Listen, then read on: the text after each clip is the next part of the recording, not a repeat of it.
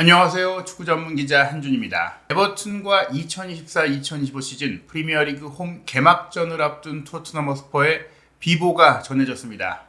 6,500만 파운드, 한국 돈으로 무려 1,100억 원을 투자한 역대 최고 이적료 영입 공격수인 도미닉 솔랑키가 레스터시티와의 프리미어리그 개막전 데뷔전에서 발목 부상을 입어 전열에서 이탈한 것인데요. 영국 언론 대부분이 에버튼을 상대로 솔랑키가 득점하는 축구를 토트넘이 준비했을 것이다라고 전망한 가운데 다시 손흥민 선수의 득점력 활용이 토트넘의 전술적 화두로 떠올랐습니다. 엔지 포스테코글루 감독이 에버튼과 경기를 하루 앞두고 가진 기자회견에서의 발언과 토트넘 허스퍼 공식 홈페이지가 토트넘 구단 방송 해설가와 분석한 에버튼전 전술적 쟁점에서 손흥민 선수를 공격의 중심으로 조명한 컬럼까지 풀버전으로 해석하고 해설해드리겠습니다. 토트넘 허스퍼가 레스터시티와의 경기를 마치고 나서 부상 선수들의 상태에 대한 많은 궁금증들이 있었는데요. 머리 부상을 당한 벤탄쿠르 선수, 경기 막판에 절뚝였던 포로 선수에 대한 상황보다 충격적인 것은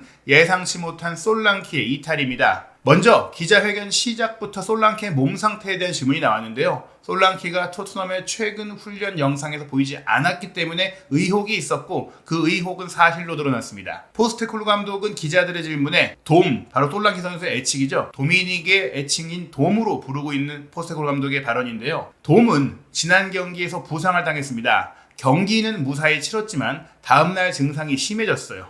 내일 경기는 결장할 예정입니다 라고 이야기를 했는데 경기를 풀타임으로 소화하고 나서 그 당일까지는 괜찮았다고 하는데 결국에는 경기 초반에 입었던 부상에 대한 팀 내부 판단과 관리가 잘못됐다는 것을 보여줬기 때문에 굉장히 좀 안타깝고 오히려 실망스러운 상황이에요. 토트넘이 지난 몇 년 동안 꾸준히 부상 선수의 관리, 재활 과정에서 문제를 겪어왔기 때문에 솔랑키의 부상 역시 경기 중에 제대로 파악했어야 되는 게 아닌가, 제대로 스태프 차원에서 판단을 내야 되는 게 아닌가라는 생각이 들었기 때문인데요. 이어서 솔랑키가 겪은 부상이 정확히 무엇이며 또 더 많은 경기에 결장할 수 있는지에 대한 추가 질문에 대해서 발목 부상이라고 이야기를 했어요. 누군가가 발목 위로 지나가면서 발목을 다쳤다고 했는데 엉키는 상황 속에 아마 레스터시티 수비수 베스터고르와 부딪혔던 상황이었던 것 같습니다. 에버튼과의 경기는 확실히 결정할 거라고 했는데 그 다음 일정에 대해서는 아직 물음표를 놨습니다. 즉 확실히 에버튼전 이후에 돌아올 수 있다는 것도 아니에요. 뉴캐슬과의 경기 이후에 국가대표 휴식기가 있긴 한데 그 뒤에는 확실히 돌아올 수 있는데 심각한 부상은 아니다. 즉 뉴캐슬전 출전 여부까지도 불투명하나 그 이후 9월 중순에는 돌아올 수 있다라고 대답한 것이죠. 부상에 대해서는 그저 충돌로 인한 발목 부상이라면서 심각한 것은 아니지만 그래도 현 상황에서 최악의 경우에는 A매치 휴식기를 포함한다면 3주가량을 쓸 수 없는 상황이 될 수도 있는 것이죠. 이러한 가운데 누가 최전방 공격수로 뛰게 될 것인지에 대한 궁금증이 커지고 있는데요. 프리시즌 경기를 부상으로 인해 뛰지 못했던 브라질 공격수 히샬리송의 몸 상태에 대한 질문, 기자들은 히샬리송이 선발로 출전할 수 있을 만큼 몸 상태가 회복됐는지 물었습니다. 그에 대해서 포스테코글루 감독은 히샬리송 역시 애칭으로 설명하는데요. 리치는 2주 동안 훈련을 했습니다. 준비는 끝났습니다. 다만 확실히 오랫동안 경기에 출전하지 못했기 때문에 그 점을 고려해야 하지만 그는 출전할 준비가 되어 있습니다. 이렇게 얘기를 했어요. 즉 컨디션적으로, 몸 상태적으로는 경기에 선발로 나설 정도로 이제는 부상을 다 털어냈다는 것인데, 그러나 오랜 기간 경기를 뛰지 않았기 때문에 갑자기 격렬한 경기를 오랜 시간 뛰게 될 경우 그 문제에 대한 고민을 해야 된다는 점에 있어서 선발 출전에 대해서는 확실하게 말하지 않은 것입니다. 그리고 로드리고 벤탄쿠르 선수의 머리 부상 이후 컨디션에 대해서 에버튼과의 경기에 출전할 수 있는지 질문이 있었는데요. 포스테코글루 감독은 절대 안 됩니다라고 했습니다. 이것이 프리미어리그 사무국이 규정하고 있는 혹은 피파가 규정하고 있는 뇌진탕 프로토콜과는 관계없이, 즉 구단 내부에서의 결정이라고 했는데요. 본인이 개인적으로도 머리 부상에 대해서는 항상 더 보수적인 태도를 취한다면서 지금 당장 문제가 없을 수 있어도 장기적으로 선수의 건강과 또 선수 생명이 아닌 개인적인 건강을 장기적으로 노년까지 생각했을 때 머리 부상을 확실하게 낫고 나서 그 다음에 경기를 뛰어야 된다는 생각이기 때문에 이번 경기를 뛰지 않게 하겠다는 겁니다. 다행인 것은 벤탄쿠르가 정말 잘 회복했다는 것, 모든 검사를 마쳤고 컨디션도 좋다. 지금은 아무런 문제가 없지만 벤탄쿠르를 다시의 경기에 투입하기 전에 조금 여유있게 시간을 두고 정말 경기력적인 100%가 될 수 있을지를 파악하겠다라고 했는데, 그렇다면 벤탄쿠르가 빠지는 가운데 누가 그 자리를 대체할 것이냐? 우승가스 흡입 문제로 구단 내부 징계를 받았던 이부 비수마가 돌아오는 뜻인가요? 라는 질문이 있었는데요. 이에 대해서도 포스테코글루 감독은 확답을 하지 않았습니다. 비수마도 복귀할 수는 있지만 다른 옵션도 있습니다라고 했어요. 이번 오프시즌 여름 이적 시장에 선수를 보강하려고 했던 모든 아이디어들은 이런 시나리오를 염두에 둔 것이었죠. 부상자가 갑자기 발생한 이런 상황들을 무리 없이 커버할 수 있는 두터운 스쿼드를 구축하고자 했다는 것인데요. 안타깝게도 벤탄쿠르가 월요일 레스터시티와의 경기 좋은 경기력을 보였기 때문에 이번 경기는 비수마가 출전할 수 있긴 하나 미드필드에는 다른 옵션도 있습니다 라고 했어요. 이 문제에 대해서 비수마의 경기력이 아닌 시즌을 앞두고 개막을 앞두고 이 우승가스 흡입이라는 사생활적 문제로 내부 징계를 받은 상황이 경기 출전에도 영향을 미치는 것인지에 대한 질문에 대해서는 아직 징계가 되는 것은 아니라고 했습니다. 비수마는 출전할 수 있는 상태라고 하면서 이번 경기 명단엔 들어갈 것이고 또 신뢰관계를 현재 만들고 있기 때문에 그 문제 때문은 아니다. 다만 어떤 선수가 더 적합하고 좋은 경기력을 보일지에 대한 고민이 있다는 겁니다. 경기 막판에 다리를 절뚝이며 우려되는 모습을 보였던 페드로 포로에 대해서는 괜찮다, 훈련을 잘 소화했다라면서 다른 추가적인 부상자는 없다라고 했는데요. 솔랑키와 벤탄쿠르가 뛸 수 없게 된 가운데 어떻게 선발 명단이 구성될지에 대한 영국 현지에서의 궁금증도 굉장히 높은데 한준 TV에서는 오도베르 선수의 깜짝 선발 출전을 예상하고 기대하고 있습니다. 영국 현지에서도 오도베르 선수의 출전 가능성을 점치면서 최소한 교체로는 뛸 예정이기 때문에 이 선수에 대해서 포스테코글루 감독에게 왜 영입하게 되었는지 구체적인 질문을 하게 되는데요. 그 질문에 대한 답변에서 어느 정도는 오도베르 선수가 이번 에버튼과의 경기에 선발로 충분히 나올 수 있다는 생각을 하게 됐습니다. 그 답변 내용입니다. 우리는 같은 과정을 거쳐 선수를 영입했습니다. 윌슨 오도베르는 우리가 여름 초기에 정말 일찍 발견했던 선수입니다.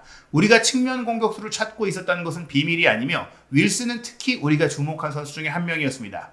이러한 작업, 이적 작업을 수행하려면 몇 가지 단계를 거쳐야 했는데요. 우리가 원하는 사람이 바로 저 선수야. 가서 데려와. 이렇게 말하는 것처럼 간단한 일은 아닙니다. 물론 큰 선수, 대형 공격수, 9번 공격수인 도미닉 솔랑키를 영입하는 것이 매우 중요했기 때문에 거기에 많은 시간을 투자했지만 도미닉 솔랑키의 영입이 완료된 이후 타깃이 바로 윌슨이었습니다. 그리고 정말 빠르게 영입이 이루어졌죠. 즉 윌슨 오도베르가 다른 측면 자원을 영입하지 못해서 갑작스럽게 영입한 것은 아니다.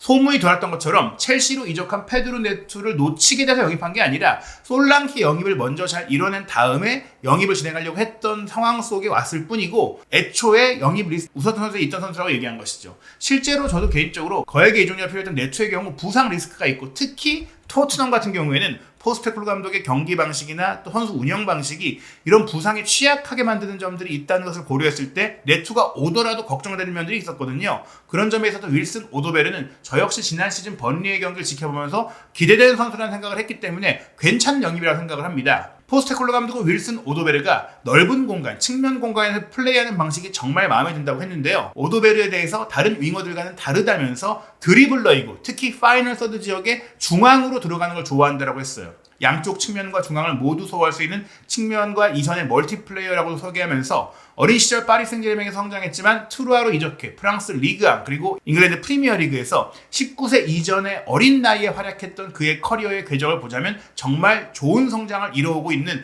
기대주라는 것이죠. 이미 어린 나이에 풍부한 경험을 쌓으면서 또한 성인 무대에서 본인의 능력을 입증한 선수라는 겁니다. 오도베르가 우리에게 필요한 모든 것을 갖추고 있고 또 환상적인 젊은 선수이기 때문에 영입하게 되어 정말 기쁘다고 했는데요. 측면에 배치되어 있지만 중앙 지역으로 열심히 치고 들어오는 이런 플레이 패턴, 손흥민 선수에게도 주어져야 하는 패턴인데 아마 일부러 주지 않았다기보다는 어떠한 불가피한 그 패턴에 문제가 있지 않았을까, 그 패턴을 조정해주지 않을까라고 생각을 하면서 이번 경기 손흥민 선수와 오도베르가 중앙 전방에 버팀목인 솔랑키가 없는 상태에서 분명 함께 약간 윙투터처럼 저는 쓰일 수 있다고 생각을 합니다.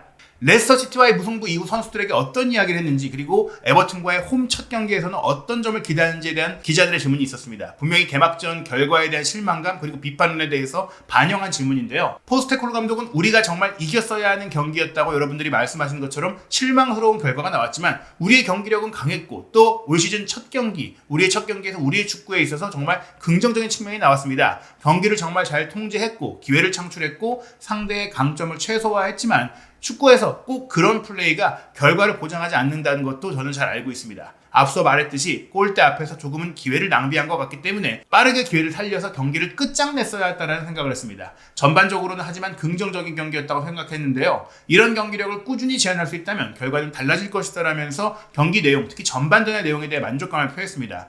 다만 지금 나오는 비판론은 레스터시티가 애초에 전반 초반에 토트넘이 강하게 나올 것을 생각하고 전반전은 의도적으로 물러서서 후반전에 노렸는데 후반전에 대한 대응이 좀 아쉬웠다. 전반전에 물론 2골, 3골을 넣었다면 후반전 대응이 더 편안해졌겠지만 그 부분이 과연 포스테코글루 감독의 말처럼 상대가 전반전에 의도한 대로 본인이 끌려가는 게 아니라 본인이 전반전에 더 잘했기 때문에 상대를 압도한 것인지에 대해서는 앞으로의 경기, 특히 이번 에버튼과의 경기의 내용을 통해서 또 결과를 통해서 드러나지 않을까 싶은데요.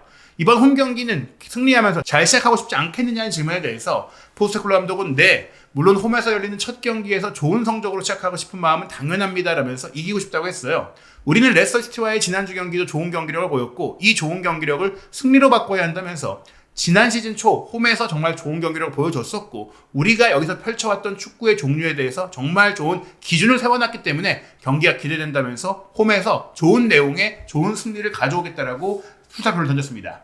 본인이 원하는 바를 선수들에게 각인시키고자 하는 이런 철학적인 부분에 대해서 선수들이 이해하는데 어느 정도 근접하는지에 질문을 하자 아직 멀었다고 했어요. 아직 포스테코글루 감독은 자신이 원하는 축구 방식을 토트넘 선수들이 완벽하게 수행하고 있는 건 아니다. 이게 완벽해지면 여러분들이 최고의 축구와 최고의 승리를 볼 수 있을 것이다 라고 또 한 번 자신감을 표한 것인데요. 대부분의 선수들 그리고 지난 시즌에 있었던 선수들은 특히 나의 축구를 잘 이해하고 있지만 우리가 보유한 선수들과 또 팀으로서 우리가 원하는 플레이 방식은 여전히 진화 중이고 발전 단계에 있다. 다만 우리가 축구를 하는 방식이 정확히 이렇게 될 것이라고 확실하게 정해놓은 것은 아니지만 기본 원칙이 있을 뿐이다라면서 내가 꼭 하나의 틀 같은 축구를 원하는 건 아니다. 방향성이 확실하지만 그 방향성이 어떤 형태로 구현될지는 변화의 여지가 있다라고 얘기하면서 본인이 그렇게 경직된 감독만은 아니라고 했어요.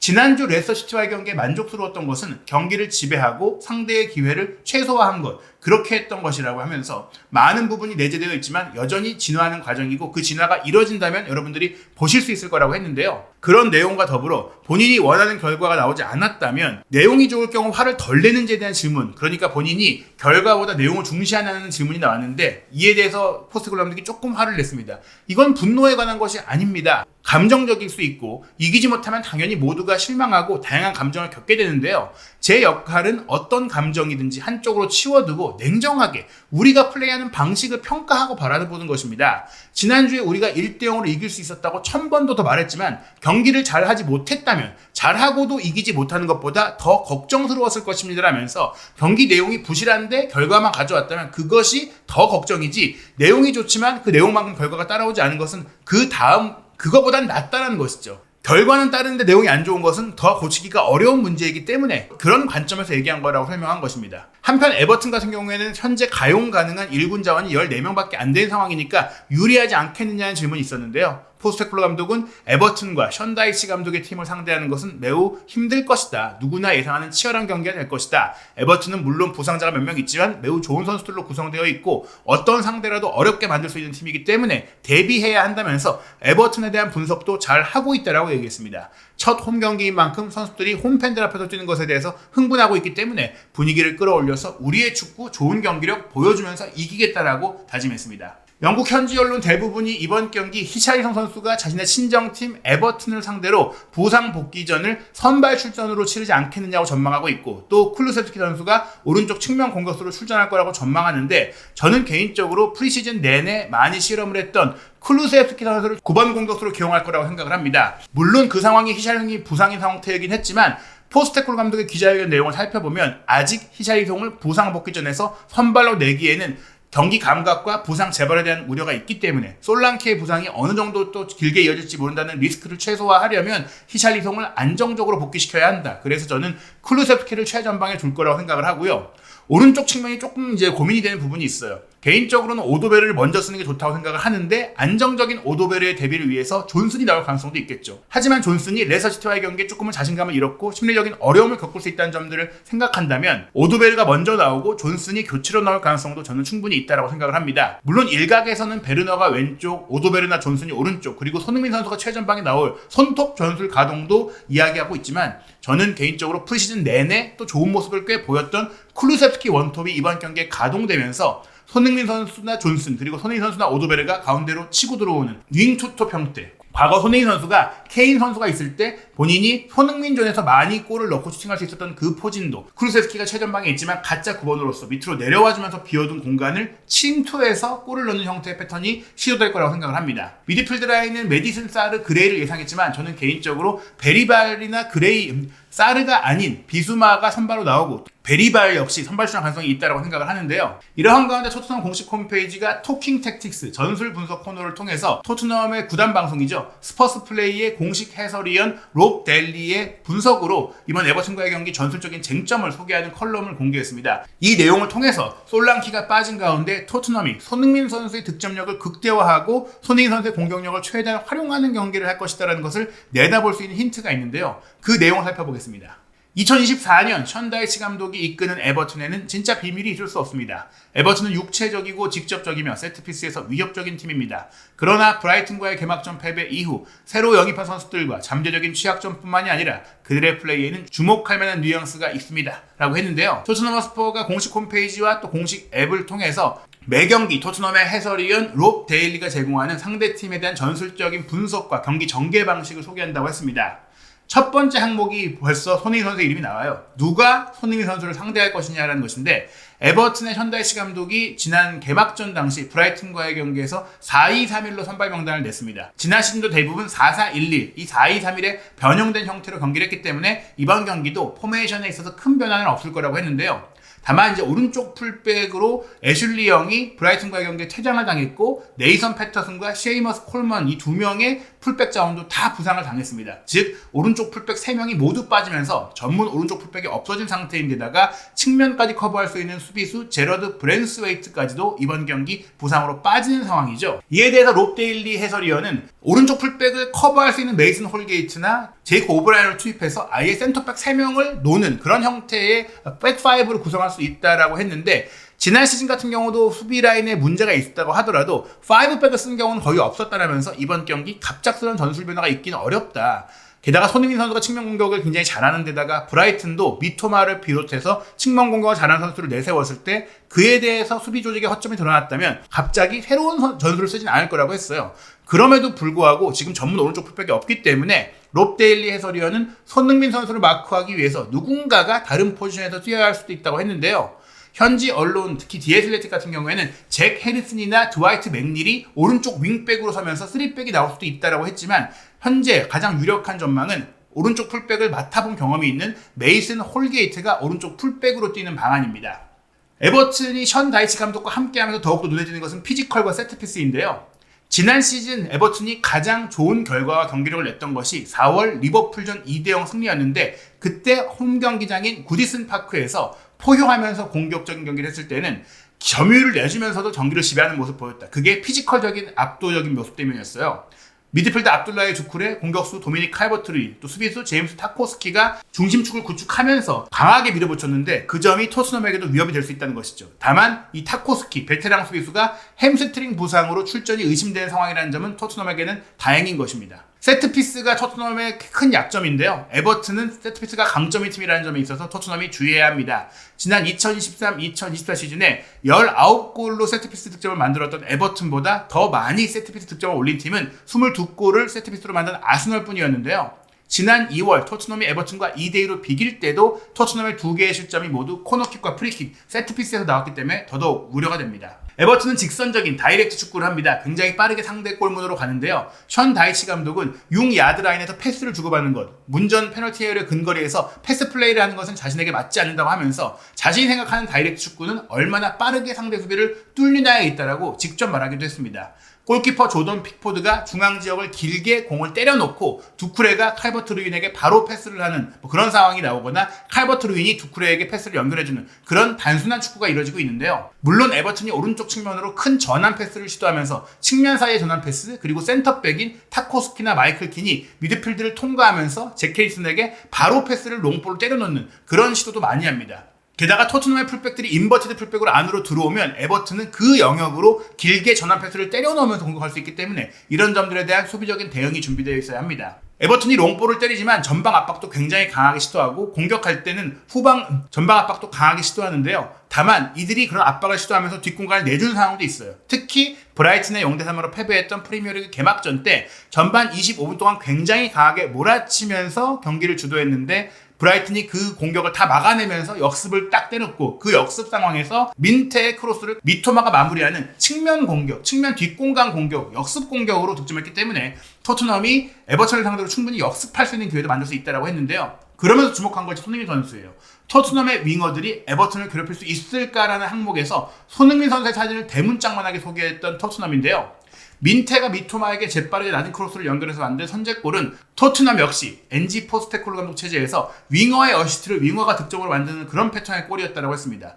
브라이튼의 측면 공격수들이 에버튼의 수비를 무너뜨리는데 결정적인 역할을 했다라면서 개막전 득점 패턴을 분석했는데요. 미토마와 민테뿐 아니라 후반전에 교체로 나왔던 사이먼 아딩그라 같은 경우도 높은 곳에서 넓게 뛰면서 경기장에 간격을 만들고 에버튼의 수비를 흔들어 놨다고 했습니다. 중앙 공격수인 데니 웰백이 중앙에서 헤더로 골문을 노릴 때 에버튼 수비수들은 그를 막아야 하는지 아니면 공격에 가담하는 측면 윙어들을 막아야 되는지 난감해했다고 하는데요. 그런 상황 속에서 웰백이 에버튼 수비가 주저하는 것을 활용해서 득점했던 장면도 있었고 또 세 번째 골은 웰백이 아딩그라에게 패스를 했고 아딩그라가 커트인하면서 3대0을 만들었는데 손흥민 선수나 쿠루세스키, 브레넌 존슨이 비슷한 장면을 충분히 연출할 수 있다고 했습니다.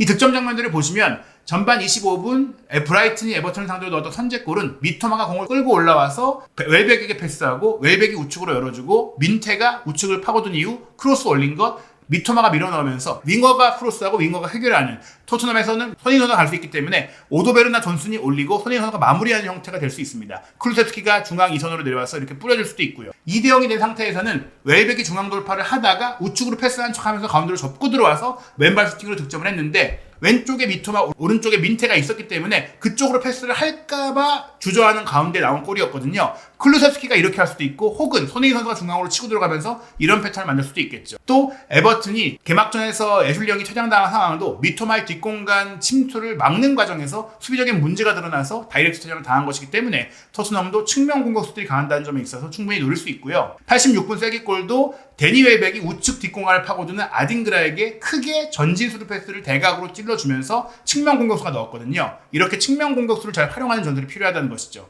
에버튼 같은 경우에는 지난 시즌 핵심 미드필더였던 오나나가 에스턴 빌라로 이적하면서 큰 공백이 생겼는데요. 1호의 그보남 선수를 영입했고 또 나폴리에서 측면 공격수 예스퍼 린스트렘도 영입을 했고 마르세유에서 1-2만 은디아를 영입했지만 아직 이 선수들이 자리를 잡지 못한 상황이라는 점에 있어서 크게 위협이 되진 않는다고 합니다. 에버튼과의 경기 저는 개인적으로 쿠루세스키가 최전방에 서면서 밑으로 내려오고 손흥민 선수와 오도베르가 좌우 측면에서 에버튼의 허점이라고 할 수 있는 풀백과 센터백의 사이 공간, 특히 전문 오른쪽 풀백이 모두 뛸 수 없는 오른쪽 수비 공간을 손흥민 선수가 적극적으로 공략하면서 골을 만들 거라고 생각을 합니다. 이렇게 될 경우 우도기 선수가 조금은 사이드 역할을 해줘야 하고 메디슨 선수가 쿠루세스키가 한 칸 내려와서 뛰기 때문에 8번이나 6번 미드필더 역할을 해줄 수 있고 그러한 가운데 그레이나 베리발이 활동력과 또 젊은 체력을 활용해서 함께 보조를 맞추고 메디슨을 커버해주는 상황이 되고 베리발이 수비적으로 혹은 그레이가 수비적으로 뒷공간을 커버해줄 때 포로가 인버티드 풀백으로서 미드필더 역할을 해준다면 충분히 전술적인 균형을 맞출 수 있다고 생각을 합니다. 과연 토트넘 허스퍼가 오히려 솔랑키가 부상으로 빠진 상황에서 손흥민 선수가 미끼 역할만 하고 보조자 역할만 하면서 자신의 능력을 보여주기 어려웠던 레스터 시티전의 전술적인 문제를 오히려 전화위복으로 해결할 수 있을지 궁금한데요.